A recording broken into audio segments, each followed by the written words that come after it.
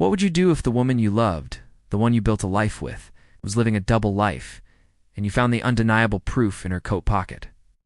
The night everything broke was a Tuesday, a cold, unforgiving evening in Chicago. I was hanging up Sarah's winter coat, a thoughtful gesture after she'd complained about the chill, when my fingers brushed against a folded piece of paper in the inner pocket. It wasn't a grocery list or a dry cleaning ticket. It was a letter, written in her elegant, familiar script, addressed to my dearest Mark, detailing a weekend getaway to Miami, filled with promises of passion and a future that didn't include me. My world, our world, shattered into a million icy fragments right there in the silent hallway of our Wicker Park home. The air grew thin, the walls seemed to close in, and the only sound was the frantic beating of my own heart, echoing the betrayal. I stood there, clutching the paper, the words burning into my soul. Knowing that the man I was just moments ago was gone forever, replaced by a hollow shell consumed by a single, terrifying question: what now? If you genuinely enjoy our stories, please subscribe to the channel. Tell us where you're from, and what time it is right now. It's always fascinating to know how far our story flows. The humiliation hit me first, a tidal wave of nausea that threatened to drown me. Sarah, my Sarah, the woman I'd sworn vows to in that beautiful church on Michigan Avenue, was a stranger. The letter was a confession, a blueprint of her deceit. I remembered her business trip to Miami 2 months prior, the one where she'd been unusually vague about details, her phone always just out of reach. I'd dismissed it then, attributing it to stress from her demanding job at the financial firm downtown. Oh, how naive I had been. Over the next few weeks, a chilling pattern of strange behavior emerged. Her phone, once left carelessly on the counter, was now always face down, always locked. Late-night texts would make her jump, her eyes darting to me with a flicker of guilt she couldn't quite hide. She started taking longer showers, her perfume, a new, unfamiliar scent, lingering in the bathroom. Receipts for expensive dinners at places I'd never been, tucked away in her purse, became a cruel scavenger hunt. Each discovery was a fresh stab, twisting the knife deeper into my already wounded heart. I started checking her car mileage, cross-referencing it with her supposed work routes. The discrepancies were glaring, leading to hotels in the suburbs. Far from her office in the Loop, Sarah, meanwhile, grew colder, more distant.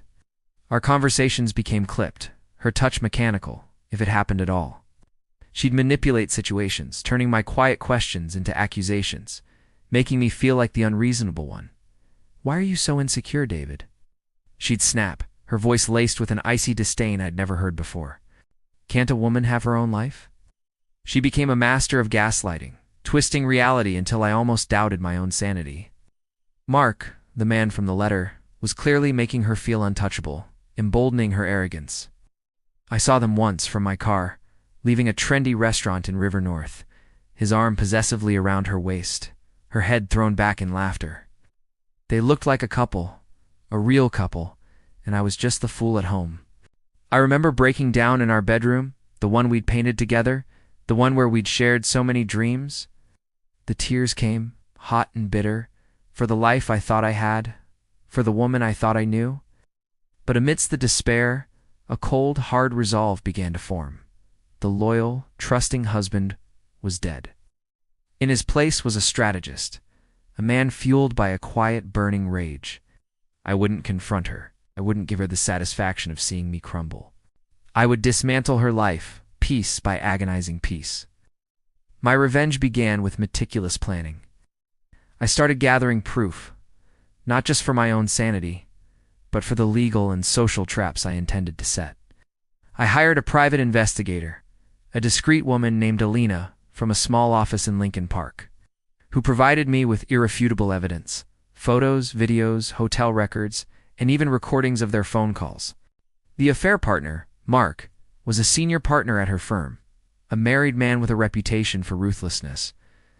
This made my task both easier and more dangerous. I consulted with a divorce attorney, a sharp, no-nonsense woman named Ms. Chen, whose office overlooked Lake Michigan. She outlined the legal avenues, the financial implications, and the public fallout. I learned about marital assets, infidelity clauses, and the art of strategic disclosure. The traps were laid with surgical precision. First, the financial. Sarah had been siphoning money from our joint accounts, ostensibly for work expenses, but Elena's reports showed it was funding their lavish dates and weekend getaways. I quietly froze her access to certain funds, citing irregularities to the bank. Then, the professional. An anonymous tip, backed by irrefutable evidence of Mark's unethical conduct in their affair, was sent to the managing partners of their firm. The firm had a strict no-fraternization policy, especially between senior partners and their subordinates, and even more so when it involved married employees. The public exposure was orchestrated with chilling efficiency. I didn't want a messy public divorce trial. I wanted her world to implode from within.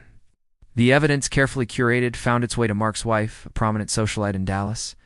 The ensuing scandal was swift and brutal, tearing through their elite circles. Sarah's name, once respected in Chicago's financial community, became synonymous with infidelity and professional misconduct. The firm, eager to protect its reputation, launched an internal investigation. Mark was swiftly fired, his career in ruins. Sarah, implicated in his downfall and facing a barrage of ethical violations, was forced to resign in disgrace. The day she received the termination letter, I was home. She walked in, her face pale, her eyes hollow, the arrogance completely gone. She looked at me, truly looked at me for the first time in months, and saw not the broken husband but the architect of her destruction.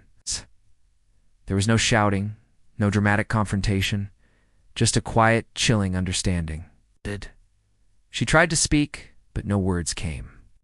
Her social life, her career, her reputation, all were utterly destroyed. Her friends, once so eager to be seen with her, vanished. Her family, mortified by the scandal, distanced themselves. She was completely ruined, a pariah in the very world she had so desperately tried to climb. I watched her pack her bags, her movements slow and defeated. The house, once filled with her laughter, was now heavy with a silence that felt both final and absolute. As she walked out the door, her shoulders slumped. I felt no triumph, no joy, only a profound, unsettling emptiness. The revenge was complete, but the man who sought it was also gone, leaving behind only the quiet echo of a life irrevocably broken.